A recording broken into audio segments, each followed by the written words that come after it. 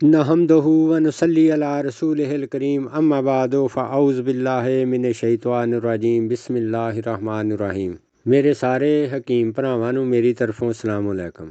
जिवें मैं शिंगरफ मोमिया दा नयाब नुस्खा यूट्यूब दे उत्ते अपलोड कीता है, ऐसे रोकी मैं अज एक नयाब नुस्खा तुहाडी खिदमत च लैके आया वां। नुस्खा की है? नुस्खा है अबरक दे विचों पारा कड्ढण दा। मेरे बहुत सारे हकीम भरा ऐसे ने जिहड़े इस चीज़ की जदोजहद विच रहे ने कि अबरक दा पारा जिहड़ा ओह मुयसर होए।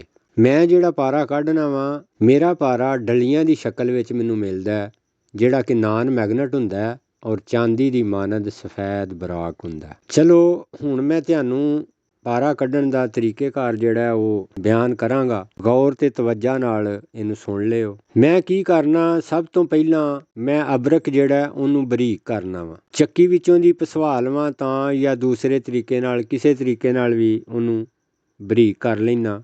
ਮੈਂ ਵੈਸੇ ਚੱਕੀ ਵਿੱਚੋਂ ਉਹਨੂੰ ਪਸਵਾ ਲੈਣਾ। ਅੱਧ ਪਾ ਮੈਂ ਅਬਰਕ ਲੈਣਾ। ਅੱਧ ਪਾ ਅਬਰਕ ਲੈ ਕੇ ਉਹਦੇ ਉੱਤੇ 1 ਪਾਈਆ ਤੇਜ਼ਾਬ ਸ਼ੋਰੇ ਦਾ, 1 ਪਾਈਆ ਤੇਜ਼ਾਬ ਨਮਕ ਦਾ ਬੀਕਰ ਦੇ ਅੰਦਰ ਅਬਰਕ ਪਾ ਕੇ ਉੱਤੇ ਪਾਈਆ ਪਾਈਆ ਦੋਵੇਂ ਤੇਜ਼ਾਬ ਮੈਂ ਪਾ ਦਿੰਦਾ। ਕੁਛ ਦੇਰ ਉਹ ਖੁਦ ਬ ਖੁਦ ਰਿਐਕਸ਼ਨ ਕਰਦੇ ਰਹਿੰਦੇ ਨੇ। ਜਿਸ ਵੇਲੇ ਉਹਨਾਂ ਦਾ ਰਿਐਕਸ਼ਨ ਮੱਠਾ ਹੁੰਦਾ ਫਿਰ ਮੈਂ ਕੜਾਈ ਦੇ ਵਿੱਚ ਰੇਤ ਪਾ ਕੇ ਚੁੱਲ੍ਹੇ ਦੇ ਉੱਤੇ ਚਾੜ ਕੇ ਉੱਤੇ ਬੀਕਰ ਟਿਕਾ ਦੇਣਾ। ਦਰਮਿਆਨੀ ਹੀਟ ਉੱਤੇ ਉਹਨੂੰ ਮੈਂ ਪੱਕਣ ਦੇਣਾ। ਜਿੰਨੀ ਦੇਰ ਉਹਦੇ ਵਿੱਚੋਂ ਖੱਟੇ ਰੰਗ ਦਾ ਧੂੰ ਨਿਕਲਦਾ ਰਹਿੰਦਾ ਮੈਂ ਅੱਗ ਜਾਰੀ ਰੱਖਣਾ। ਜਿਸ ਵੇਲੇ ਉਹਦਾ ਧੂੰ ਤੇਜ਼ਾਬਾਂ ਦਾ ਸਫੈਦ ਨਿਕਲਣਾ ਸ਼ੁਰੂ ਹੁੰਦਾ ਮੈਂ ਚੁੱਲ੍ਹਾ ਬੰਦ ਕਰ ਦੇਣਾ। ਠੰਡਾ ਹੋਣ ਦਾ ਇੰਤਜ਼ਾਰ ਕਰਨਾ। ਜਿਸ ਵੇਲੇ ਠੰਡਾ ਹੋ ਜੇ ਮੈਂ ਉਹਦੇ ਵਿੱਚ ਮੁਸੱਫਾ ਪਾਣੀ 3 ਛਟਾਕੀਆਂ ਦੇ ਕਰੀਬ ਪਾਉਂਦਾ ਵਾਂ। ਪਾ ਕੇ ਤੇ ਮੈਂ ਉਹਨੂੰ ਮੋਟੇ ਕੱਪੜੇ ਦੇ ਵਿੱਚੋਂ ਦੀ ਫਿਲਟਰ ਕਰ ਲੈਣਾ ਤਾਂ ਕਿ ਸਿਰਫ ਤੇਜ਼ਾਬਾਂ ਦਾ ਪਾਣੀ ਥੱਲੇ ਆ ਸਕੇ। ਅਬਰਕ ਜਿਹੜਾ ਉਹਦੀ ਪਲਾਸਕਟ ਵਗੈਰਾ ਉਹ ਨਾ ਥੱਲੇ ਆਏ। ਅਗਰ ਜੇ ਕਿਸੇ ਵਜ੍ਹਾ ਨਾਲ ਥੱਲੇ ਆ ਜੇ ਮੈਂ ਉਹਨੂੰ ਦੁਬਾਰਾ ਫਿਲਟਰ ਕਰ ਲੈਣਾ ਜਾਂ ਮੈਂ ਉਹਨੂੰ ਥੋੜ੍ਹਾ ਥੱਲੇ ਬਹਿਣ ਦਾ ਮੌਕਾ ਦੇਣਾ। ਫਿਰ ਉੱਤੋਂ ਮੈਂ ਪੈਪ ਦੀ ਮਦਦ ਨਾਲ ਦੂਸਰੇ ਯਾਨੀ ਬਰਤਨ ਵਿੱਚ ਉਹ ਤੇਜ਼ਾਬ ਜਿਹੜੇ ਨੇ ਕਨਵਰਟ ਕਰ ਲੈਣਾ। ਹੱਤਾ ਕਿ ਮੈਂ ਉਹਨੂੰ ਅੱਛੇ ਤਰੀਕੇ ਨਾਲ ਫਿਲਟਰ ਕਰਨਾ। ਫਿਲਟਰ ਕਰਨ ਤੋਂ ਬਾਅਦ ਦੇ ਵਿੱਚ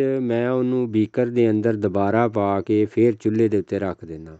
ਮੱਠੀ ਹੀਟ ਦੇ ਉੱਤੇ ਤੇਜ਼ਾਬ ਜਿਹੜੇ ਨੇ ਦੋਵੇਂ ਮੈਂ ਅਡਾ ਦੇਣਾ।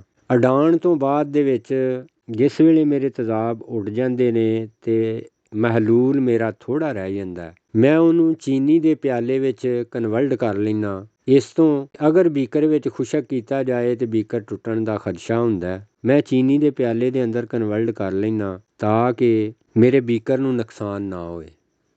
ਚੀਨੀ ਦੇ ਪਿਆਲੇ ਦੇ ਵਿੱਚ ਰੱਖ ਕੇ ਉਹਨੂੰ ਮੈਂ ਬਿਲਕੁਲ ਖੁਸ਼ਕ ਕਰ ਦੇਣਾ। ਜਿੰਨਾ ਕੁ ਚੀਨੀ ਦੇ ਪਿਆਲੇ ਦੇ ਅੰਦਰ ਰਹਿ ਕੇ ਖੁਸ਼ਕ ਹੋ ਸਕਦਾ ਉਹਨੂੰ ਮੈਂ ਚੀਨੀ ਦੇ ਪਿਆਲੇ ਵਿੱਚ ਖੁਸ਼ਕ ਕਰਨਾ। ਜਿਸ ਵੇਲੇ ਉਹ ਖੁਸ਼ਕ ਪਿਆਲੇ ਵਿੱਚ ਹੋ ਜਾਂਦਾ ਠੰਡਾ ਕਰਕੇ ਪਿਆਲੇ 'ਚੋਂ ਮੈਂ ਕੱਢ ਲੈਣਾ। ਕੱਢ ਕੇ ਮੈਂ ਲੈਣਾ ਇੱਕ ਟੀਨ ਦਾ ਪੱਤਰਾ। ਉਹਦੇ ਉੱਤੇ ਉਹਨੂੰ ਥੋੜ੍ਹਾ ਪਤਲਾ ਪਤਲਾ ਪਾ ਕੇ ਮੈਂ ਥੱਲਿਓਂ ਅੱਗ ਦੇਣਾ ਵਾਂ। ਉਹਨੂੰ ਅੱਛੇ ਤਰੀਕੇ ਨਾਲ ਭੁੰਨ ਲੈਣਾ ਤਾਂ ਕਿ ਇਹਦਾ ਵਜ਼ਨ ਬਣ ਸਕੇ। ਫਿਰ ਮੈਂ ਉਹਦੇ ਵਿੱਚ ਪਾਨਾ ਪਾਣੀ ਪਾ ਕੇ ਉਹਨੂੰ ਅੱਗ ਦੇ ਉੱਤੇ ਚਾੜ ਦੇਣਾ। ਉਹਨੂੰ 2-3 ਉਬਾਲੇ ਦੇਣਾ।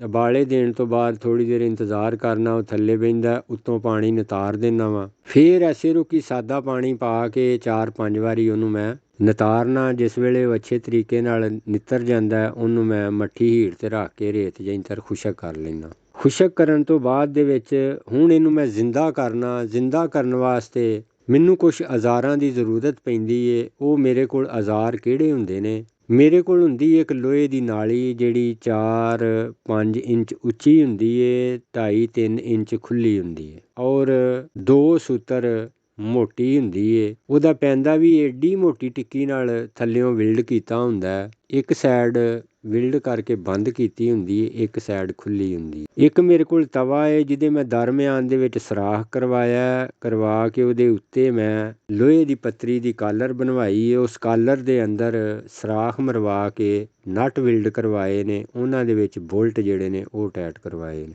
ਮੈਂ ਨਾਲੀ ਨੂੰ ਤਵੇ ਦੇ ਅੰਦਰ ਕੱਸ ਦੇਣਾ।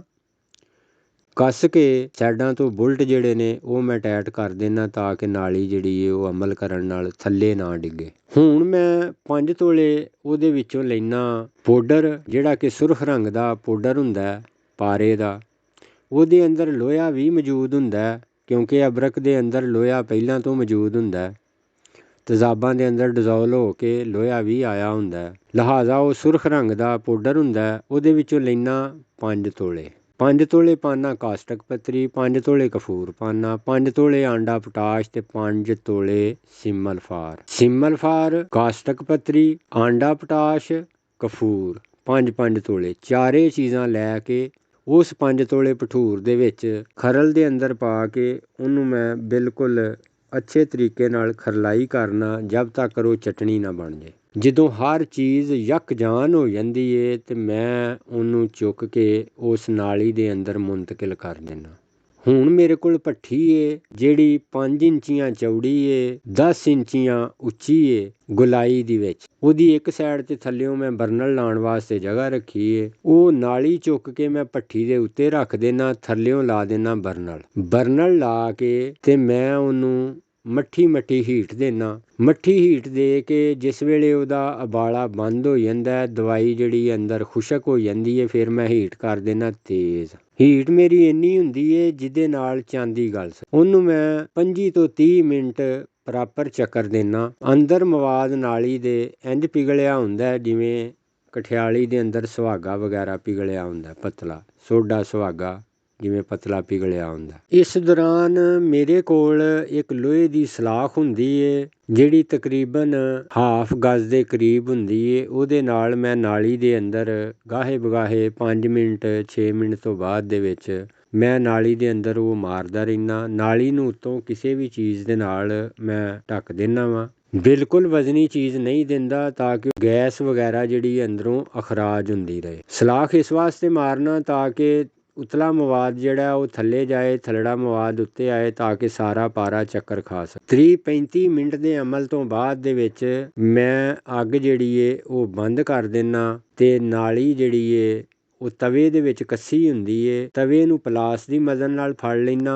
ਅਗਲੇ ਪਾਸੇ ਨਿਆਰੇ ਵਾਲੀ ਕੜਾਹੀ ਜਿਹੜੀ ਏ ਉਹਨੂੰ ਸੰਨੀ ਦੀ ਮਦਦ ਨਾਲ ਫੜ ਕੇ ਉਹ ਮਵਾਦ ਜਿੰਨਾ ਵੀ ਪਿਘਲਿਆ ਹੁੰਦਾ ਉਹਨੂੰ ਮੈਂ ਦੂਸਰੀ ਕੜਾਹੀ ਵਿੱਚ ਕਲਟੀ ਕਰ ਲਈ। ਕਲਟੀ ਕਰਨ ਤੋਂ ਬਾਅਦ ਦੇ ਵਿੱਚ ਇੱਕ ਗੱਲ ਯਾਦ ਕਰਾਂਦਾ ਜਾਵਾਂ, ਮੈਂ ਉਸ ਕੜਾਹੀ ਨੂੰ ਗਰਮ ਕਰਨਾ ਤਾਂ ਕਿ ਠੰਡੀ ਕੜਾਹੀ ਦੇ ਵਿੱਚ ਗਰਮ ਮਵਾਦ ਪਏ ਤੇ ਪਟਾਕਾ ਚੱਲਣ ਦਾ ਖਦਸ਼ਾ ਹੁੰਦਾ ਤੇ ਤੁਹਾਡੇ ਉੱਤੇ ਪਿਘਲਿਆ ਮਵਾਦ ਜਿਹੜਾ ਉਹ ਨਾ ਪਏ, ਯਾਨੀ ਮੇਰੇ ਉੱਤੇ ਪਿਘਲਿਆ ਮਵਾਦ ਨਾ ਪਏ। ਇਸ ਵਾਸਤੇ ਮੈਂ ਉਹ ਕੜਾਹੀ ਗਰਮ ਕਰਨਾ। ਹੁਣ ਮੈਂ ਉਹਨੂੰ ਸਾਰੇ ਨੂੰ ਇਹਦੇ ਅੰਦਰ ਕਨਵਰਟ ਕਰ ਦਿੰਦਾ। ਕੁਛ ਨਾਲੀ ਦੇ ਅੰਦਰ ਮੌਜੂਦ ਹੁੰਦਾ, ਫਿਰ ਉਹਨੂੰ ਮੈਂ ਠੰਡਿਆਂ ਹੋਣ ਦੇਣਾ। ਜਿਸ ਵੇਲੇ ਨਾਲੀ ਠੰਡੀ ਹੁੰਦੀ ਏ ਨਟ ਖੋਲ੍ਹਣਾ ਵਾ, ਖੋਲ੍ਹ ਕੇ ਨਟ ਨਾਲੀ ਕੱਢ ਲੈਣਾ। ਕੱਢਣ ਤੋਂ ਬਾਅਦ ਦੇ ਵਿੱਚ ਕੜਾਹੀ ਜਿਹੜੀ ਏ ਥੋੜ੍ਹੀ ਖੁੱਲ੍ਹੀ ਹੁੰਦੀ ਏ ਮੇਰੇ ਕੋਲ, ਉਹਦੇ ਵਿੱਚ ਪਾਉਣਾ ਪਾਣੀ ਪਾ ਕੇ ਜਿਹੜਾ ਮੈਂ ਕੜਾਹੀ ਦੇ ਅੰਦਰ ਮਵਾਦ ਰੋੜਿਆ ਹੁੰਦਾ ਉਹਨੂੰ ਵੀ ਉਹਦੇ ਵਿੱਚ ਪਾ ਦੇਣਾ ਕੜਾਹੀ ਦੇ, ਤੇ ਨਾਲੀ ਨੂੰ ਵੀ ਵਿੱਚ ਰੱਖ ਦੇਣਾ, ਥੱਲਿਓਂ ਬਾਲ ਦੇਣਾ ਅੱਗ।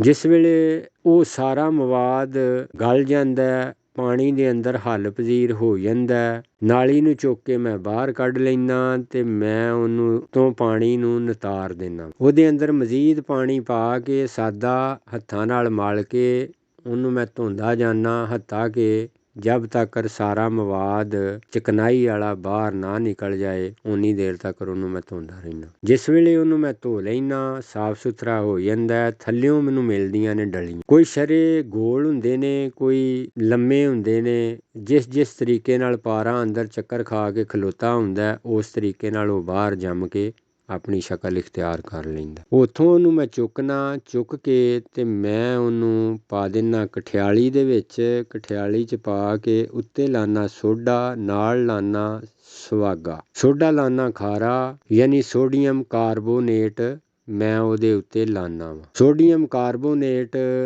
ਬਾਜ਼ਾਰੋਂ ਵੀ ਮਿਲ ਜਾਂਦਾ ਤੇ ਤੁਸੀਂ ਆਪ ਵੀ ਤਿਆਰ ਕਰ ਸਕਦੇ ਹੋ। ਚਲੋ ਮੈਂ ਉਹਦੇ ਤਿਆਰ ਕਰਨ ਦਾ ਤਰੀਕੇਕਾਰ ਬਿਆਨ ਕਰ ਦਿੰਦਾ ਵਾਂ। ਖਾਰਾ ਸੋਡਾ ਲੈ ਕੇ ਉਹਨੂੰ ਫਰਾਈ ਪੈਨ ਦੇ ਵਿੱਚ ਪਾ ਕੇ ਉਹਨੂੰ ਤੁਸੀਂ ਅੱਗ ਦੇ ਉੱਤੇ ਰੱਖ ਕੇ ਜਿਸ ਵੇਲੇ ਭੁੰਨੋਗੇ ਉਹਦੇ ਅੰਦਰੋਂ ਗੈਸ ਵਗੈਰਾ ਜਿਹੜੀ ਹੋਏਗੀ ਉਹ ਅਖਰਾਜ ਕਰ ਜੇਗੀ ਤੇ ਉਹ ਤੁਹਾਡਾ ਬਣ ਜਾਏਗਾ ਸੋਡਾ ਕਾਰਬੋਨੇਟ। ਇਹ ਗਲਾਈ ਕਰਨ ਵਿੱਚ ਬਹੁਤ ਮਾਵਨ ਸਾਬਤ ਹੁੰਦਾ, ਲਿਹਾਜ਼ਾ ਅਗਰ ਕਿਸੇ ਮੇਰੇ ਭਰਾ ਨੇ ਬਣਾਉਣਾ ਹੋਏ ਤੇ ਉਹ ਇਹਨੂੰ ਬਣਾ ਸਕਦਾ। ਮੈਂ ਸੋਡਾ ਕਾਰਬੋਨੇਟ ਬਣਾਉਣ ਦਾ ਵੀ ਨੁਕਸਾ ਵਿੱਚ ਦੇ ਦਿੱਤਾ।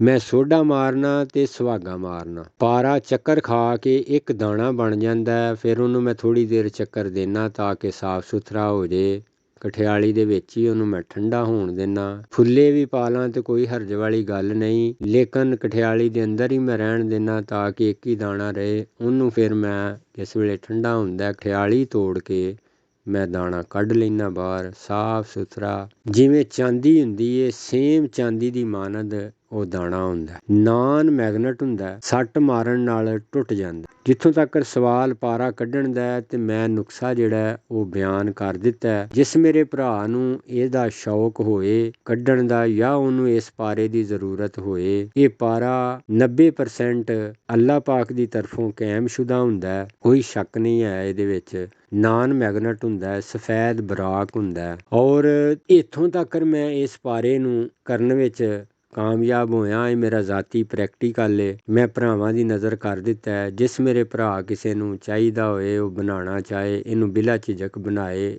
ਜਿਸ ਤਰੀਕੇ ਨਾਲ ਮੈਂ ਬਿਆਨ ਕੀਤਾ ਇਸੇ ਤਰੀਕੇ ਨਾਲ ਬਣਾਏ, ਅੱਲਾਹ ਪਾਕ ਦੇ ਫਜ਼ਲੋ ਕਰਮ ਨਾਲ ਪਾਰਾ ਨਿਕਲ ਆਏਗਾ। ਇਹਨੂੰ ਆਪਣੇ ਇਸਤੇਮਾਲ ਵਿੱਚ ਲਿਆਓ ਤੇ ਮੇਰੇ ਵਾਸਤੇ ਦੁਆਏ ਖੈਰ ਜਿਹੜੀ ਏ ਉਹ ਕਰ ਦਿਓ। ਵਾਹ ਸਲਾਮ।